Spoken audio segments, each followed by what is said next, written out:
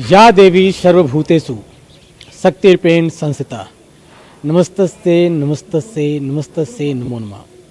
देहि सौभाग्यम आरोग्यम देहि में परमं धर्म रूपम देहि जयम देहि यशो देहि दिशो जय। जी हाँ भक्तों, आज हम आपको जीवीसी अपडेट के माध्यम से होशियारपुर के प्रसिद्ध सिद्ध शक्तिपीठ मंदिर माता कामाक्षी देवी के मंदिर से सीधे दर्शन कराएंगे। यहाँ हम भक्तों से बातचीत करेंगे, यहाँ के महंत श्री राजगिरी जी से आपको आशीर्वाद भी दिलवाएंगे और बताएंगे यहाँ के इतिहास के बारे में, यहाँ के पुरातन विधि विधानों के बारे में, सनातन के संस्कृति के बारे में एक छोटा सा प्रयास करेंगे आपको सनातन की संस्कृति से जोड़ने का, सनातन के संस्कृति से अवगत करवाने का।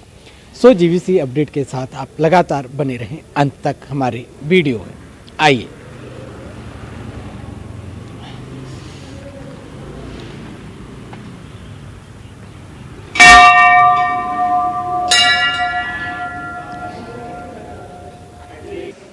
सारियां नु जय माता दी जी।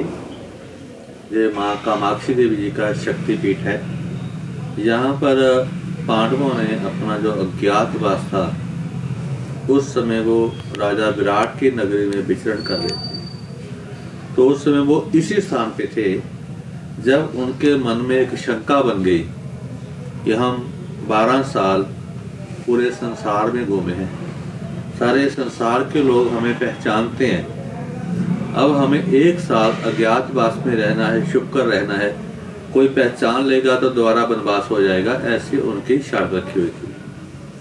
तो उनको ये चिंता थी कि हमें जब 1 वर्ष छुप कर रहना है तो खाने पीने के लिए ही इंसान को बाहर घूमना निकलना पड़ता है। तो इसलिए उनके माँ कामाक्षा देवी की यहाँ पे आराधना की और माँ जब उनको साक्षात दर्शन दिए तो युधिष्ठिर जी ने जिज्ञासा की कि हे माँ शक्ति, हमें ऐसी को गुफा कंदरा दो जहाँ हम 1 साल के लिए बैठकर तप कर सकें और वहाँ पे कंद मूल का हमें आहार मिल जाए।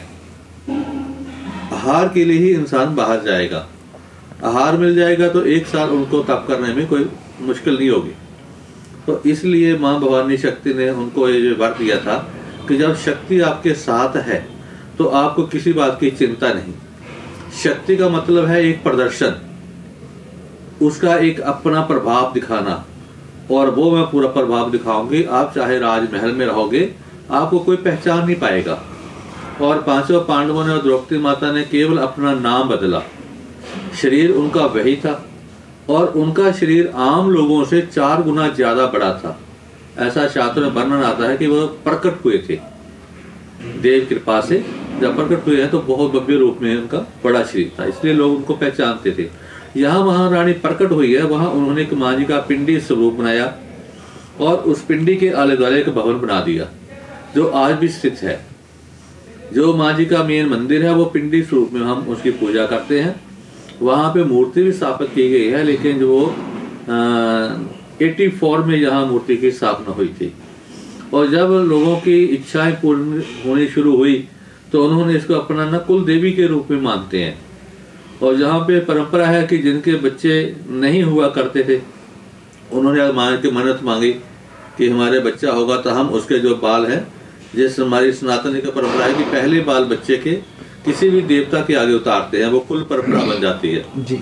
तो यहाँ पे आकर लोग अपने बच्चों के मुंडन संस्कार करवाते हैं और नवरात्रों में विशेष तौर पर लोग यहाँ आते हैं आराधना करने। आमतौर पर मंगलवार एतवार को आम लोग आते जाते रहते हैं। और इसी स्थान से केवल 10 किलोमीटर के एरिया में जहाँ हडिम्बा देवी जी का भी एक स्थान है, वो भी उनको लास्ट समय मिलने के लिए आए थे मनाली से जहाँ। और यहीं पे पांडवों ने स्नान किया था, वो भी एक 10 किलोमीटर थोड़ा साइड में स्थान पड़ता है जिसको कुंतीपुर कहते हैं। कुंतीपुर ठीक है। वहाँ पे वो जल का स्रोत है जहाँ लोग अब भी उस पर्व कोई हो तो वहाँ स्नान करने के लिए जाते रहते हैं। और जो विराट नगरी है वो यहाँ से 20 किलोमीटर पे है, जिसको आज दसुआ नाम से जाना जाता है।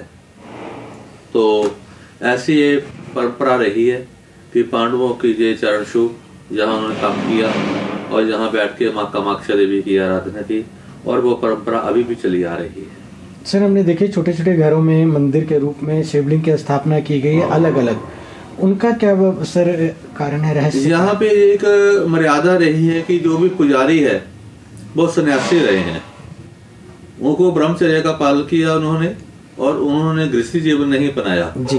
तो इसलिए जो सन्यासी बनते हैं उनका जो शरीर जब वो छोड़ते हैं तो उनको सह शरीर ही भूमि में उनको चौंगड़ी लगाकर समाधि दी जाती है जी।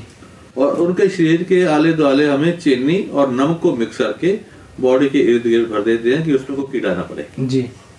तो ये एक संत परंपरा है जी। वैष्णव संतों के अलग है, वैरागियों के अलग है, उदासियों के अलग है, और सन्यासियों की ये परंपरा है कि सह शरीर ही उनको जमीन में समाधि रूप में स्थापित कर दिया जाता है। एक सर भव्य राम मंदिर का निर्माण यहाँ भी हो रहा है और श्री अयोध्या जी में भी हो रहा है, तो यहाँ पे जो मूर्ति प्राण प्रतिष्ठा का कार्यक्रम है वो किस प्रकार से है?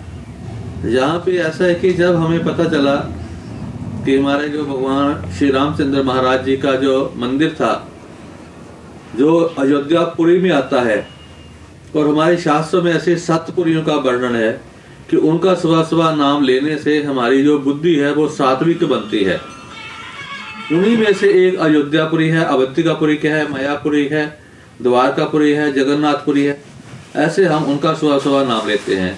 और जब से वहाँ मंदिर को गिराया गया था, आज से करीब 500 साल करीब पहले, तो उसमें हमारे साधु संतों महापुरुषों ने और बहुत ऋषि लोगों ने अपने इस देवता की मूर्ति स्थापित करने के लिए संघर्ष किया। बहुत से उन्होंने जान की कुर्बानियां दी, बहु ने यातनाएं झेली, उसका कोर्ट में केस चलता रहा। 2 साल पहले जो सुप्रीम कोर्ट में तथ्य के आधार पर हमें वो फैसला सुनाया तो सारे ही देश में हिंदुस्तानी जहाँ भी रहते हैं उनको सब में खुशी की लहर।